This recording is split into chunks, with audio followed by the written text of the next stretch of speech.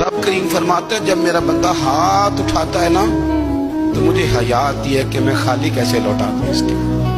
इतने बड़े बादशाह की बारगाह में, ओ भाई लोगों से इज्जतें तलाश करते हो तो वो क्या तुम्हें इज्जत देंगे? वो तो कल अच्छा कहते हैं, परसों बुरा कहने लग जाते हैं। लोगों के सामने गुड बुक में आना चाहोगे तो वो तो सवेरे तुम्हारे बारे में कुछ कहेंगे, शाम कुछ और कहेंगे। अपनी रूहानी जिंदगी आबाद करें, अपने मुसल्ले को वक्त दें और दुनिया से छुप कर, इस मोबाइल को बंद करके और अपने आप से भी छुप के और तन्हा होके छुपा के सारा कुछ अपने आंसू अपने रब की बारगाह में पेश करें, उसके हुजूर हाजिरी दें। सुनो ना तिरमिज़ी की हदीस और इसे याद रखना।